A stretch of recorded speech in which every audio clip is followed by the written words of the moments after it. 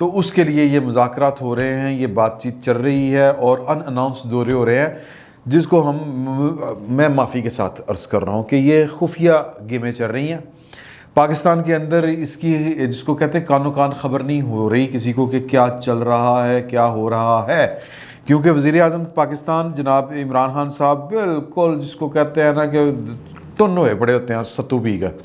گرمی ہے، یا آلو بخارے والا شربت پیندے ہوں گے یا پھر ستو پیندے ہوں گے، تو ٹن دونوں چیزاں پیو، تھوڑی جی یا کچی لسی پی لو یا چاٹی والی لسی پی لو، ٹن.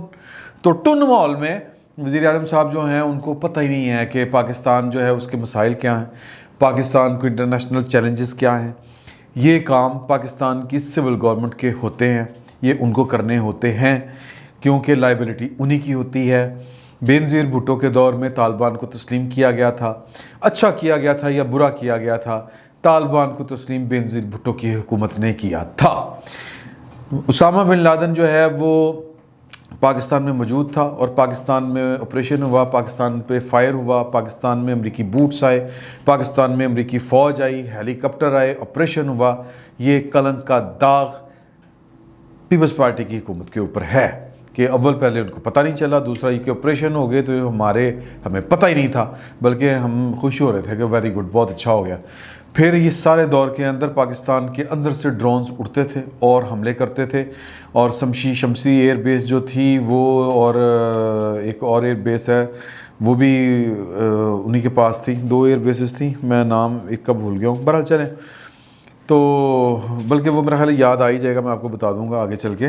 تو وہاں سے ڈرونز اڑتے تھے اور حملے کرتے تھے، اور ہمارے وزیر اعظم صاحب کہتے تھے کہ یہ پاکستان کی سالمیت اور پاکستان کی ساورنٹی کے خلاف ہے، خود مختاری کے خلاف ہے. لیکن وہ پتہ چلا کہ جی کہ یہ تو ہماری اجازت سے اڑتے تھے. تو کلنک کا ٹیکہ جو ہے وہ پرویز مشرف صاحب کے اوپر بھی ہے اور پیپلز پارٹی کی حکومت کے اوپر بھی ہے.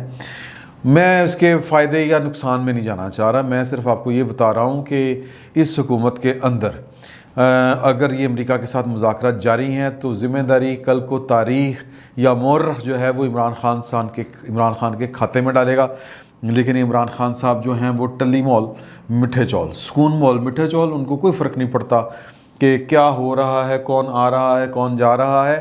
یہ کام جو ہوتے ہیں یہ عموماً پاکستان کی یا دنیا بھر کی پارلیمنٹس میں ڈسکس ہوتے ہیں، یہ پارلیمنٹ میں فیصلے ہوتے ہیں کہ یار کہ یہ کام ہم نے کرنا ہے کہ یہ نہیں کرنا ہے. یہ قوموں کی تقدیر کے فیصلے کرتے ہیں، یہ والے فیصلے یہ اثر انداز ہوتے ہیں ان پر. جو 70,000 بندہ پاکستان میں شہید ہوا، ان کے آل اولاد جو سفر کر رہی ہے، وہ قسمت ہے نا جی. پھر اب قسمت کہیں گے اور کیا کہیں گے، اس کی مطلب یہ کہ میں جو پوائنٹ بات عرض کرنا چاہ رہا ہوں کہ اس طرح کے فیصلوں کے جو نتائج ہوتے ہیں وہ نسلوں نے بھگتنے ہوتے ہیں. تو پھر اس طرح کے فیصلے پارلیمنٹس میں ہونے چاہیے. یہ میری بات چونکہ پاکستان میں پارلیمنٹ کی اگر بات کی جائے تو بہت سے لوگوں کو بہت بری لگتی ہے، اور ان کو یہ لگتا ہے کہ یہ جو پارلیمنٹ میں بیٹھے ہوئے لوگ ہیں یہ اس کیلیبر کے نہیں ہوتے، یہ تو ہمارے جناب وہ بوٹ چاٹ رہے ہوتے ہیں، ہمارے جوتے اٹھا رہے ہوتے ہیں، ہمارا پانی بھر رہے ہوتے ہیں، اور من کر کے آگے ہو رہے ہوتے ہیں اور ہن کر کے پیچھے ہو رہے ہوتے ہیں، جی حضوری کر رہے ہوتے ہیں، اور آ کے جناب ترلے منت کر رہے ہوتے ہیں کہ حضور ہمارے لیے بھی کوئی جو ہے وہ رول تلاش کریں کہ آپ نے عمران خان کو رکھ لیا، اب ہمیں رکھیں، ہم زیادہ خدمت کریں گے.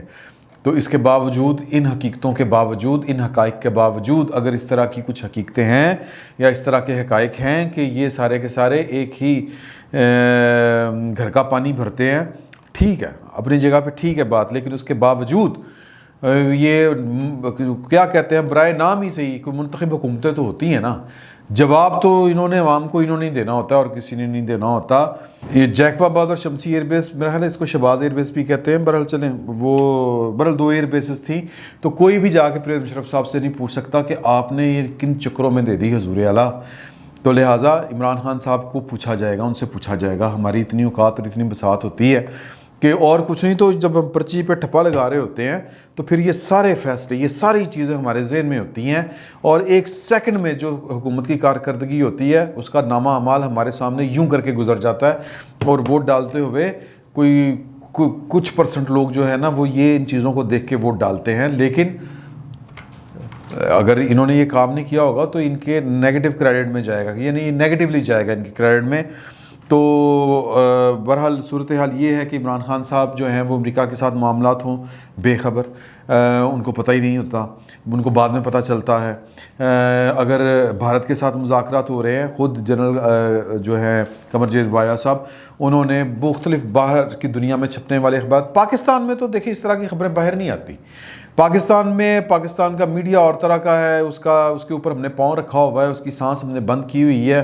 جو کہ بات کرنا چاہتا ہے تو پھر اس کا ساتھ جو ہوتا ہے وہ آپ کے سامنے ہے۔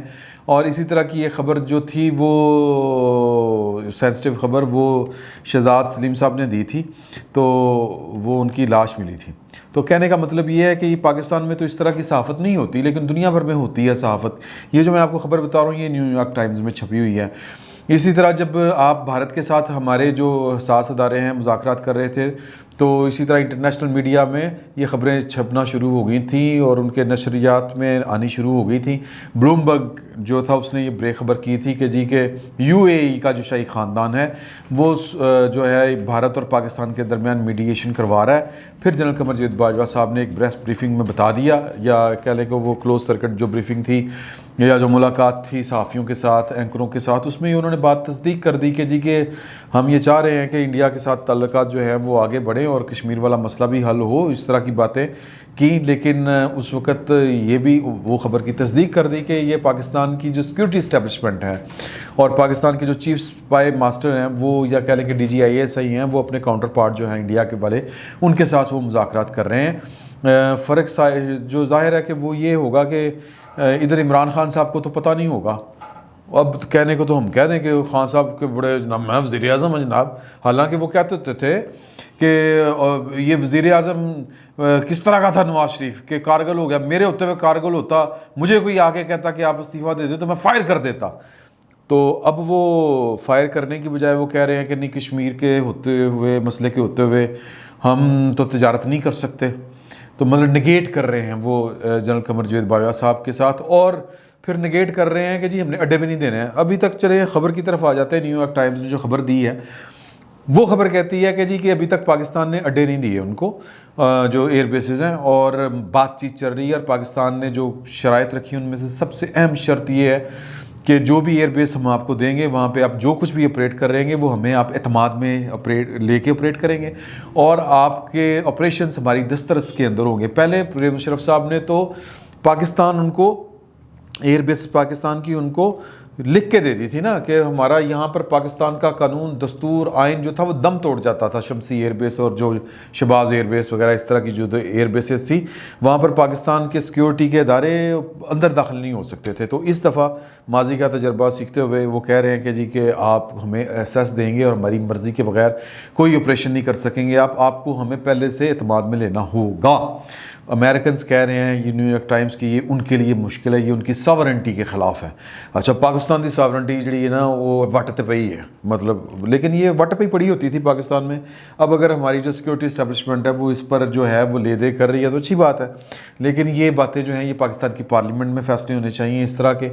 یہ فیصلے پاکستان کی جو وہ قومی سلامتی کمیٹی ہوتی ہے کابینہ کی، وہاں پر ڈسکس ہو، کم از کم اگر انتظامی سطح پہ بھی ہونے ہیں تو یہ کل کلاں کو یہ عمران خان صاحب پھر کہتے نہ پھریں کہ جی مجھ سے پوچھے بغیر سارے کام ہو رہے تھے، تو پھر گڑبڑ ہوگی۔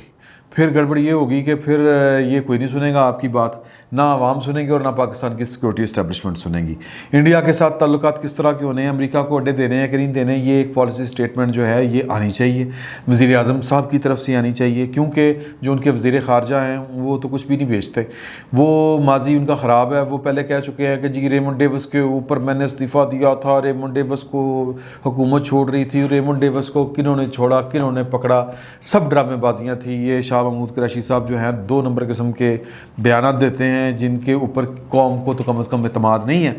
تو یہ وزیر اعظم صاحب جو ہیں وہ سامنے آئے، حالانکہ ان کی بھی شہرت جو ہے وہ یو ٹرن والی ہے، تو وہ سامنے آئے کیونکہ یہ ماضی کے اندر ڈرون حملوں کے خلاف تھے، اور یہ ماضی کے اندر ڈرون حملوں کے ایف کو پسینہ آئی جا رہا ہے۔ ڈرون حملوں کے خلاف یہ جو ریلی لے کے نکلے تھے، اور جو ٹانک کے آگے جا کے ریلی دم توڑ گئی تھی، ان کو فون آ گیا تھا کہیں سے، اور یہ پھر واپسی کا انہوں نے سفر کر لیا تھا، اس ریلی میں یہ خاکسار بھی شامل تھا، اور بڑا چائیں چائیں جا رہے تھے عمران خان صاحب جی میں جناب کہ وہ وزیرستان میں داخل ہوں گے، اور جناب امریکہ کے جو ہے کنگ کانگ کی طرح جو وہ وہاں پر جو ڈرونز آتے ہیں ان کو وہ جناب پکڑ پکڑ کے گرائیں گے.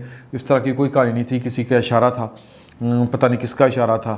تو یہ صرف کہنے کی باتیں ہوتی ہیں. Sitting in government in sitting جو ہوتی ہے, یا گورنمنٹ ان فنکشن جو ہوتی ہے, یا نہیں کیا کہنا چاہیے, حاضر سروس گورنمنٹ, حاضر سروس جو گورنمنٹ ہوتی ہے اس کے خلاف اسی طرح کے لوگ جو ہیں وہ اعلیٰ کار بنتے ہوتے ہیں. جس طرح عمران خان صاحب جو تھے وہ اعلیٰ کار بن رہے تھے اس وقت کی حکومت کے خلاف, تو اب حکومت ان کی ہے. اب ڈرون جو ہیں وہ ان کو ذرا روک کے دکھائیں اور صاف دو ٹوک کہیں, نہیں دینے اڈے سی, جاؤ جو کرنا ہے کر لو. لیکن عمران خان صاحب کو کوئی پچھڑے نہیں کرنا. تو پارلیمنٹ جو ہے وہ پاکستان کی اگنور ہو رہی ہے, پاکستان کی جو کابینہ ہے وہ اگنور ہو رہی ہے. یہ فیصلے پاکستان کی پارلیمنٹ کو کرنے چاہیے, وہاں پر یہ بحث ہونی چاہیے. سعودی عرب نہیں سی نا بھیجنی فوج, تو پارلیمنٹ میں ڈسکس ہوا تھا نا, ڈیبیٹ ہوئی تھی, کسی کو کوئی گلا نہیں ہے. جو بھی نتیجہ نکلا پاکستان نے پھر بھگتا یا پاکستان نے فیس کیا. تو ابھی بھی اگر یہ نتیجہ جو بھی نکلے امریکہ کو اڈے دینے کا, وہ پاکستان کی پارلیمنٹ اگر فیصلہ کرے گی تو یہ قوم کا فیصلہ ہوگا, افراد کا فیصلہ نہیں ہوگا. تو مرضی ہے عمران خان صاحب کی, انہوں نے جواب تو ان کو دینا پڑے گا. تاریخ بڑی ظالم ہے حضور, تاریخ نہیں چھوڑتی. ابھی تو لوگ ہیں وہ چپ کیے رہیں گے کہ جناب وہ کم گڑبڑ ہو جائے گا, لیکن وقت تاریخ جو ہے وہ آپ کو کٹہرے میں لا کے رہے گی. فی الوقت اتنا ہی, بہت بہت شکریہ آپ کا.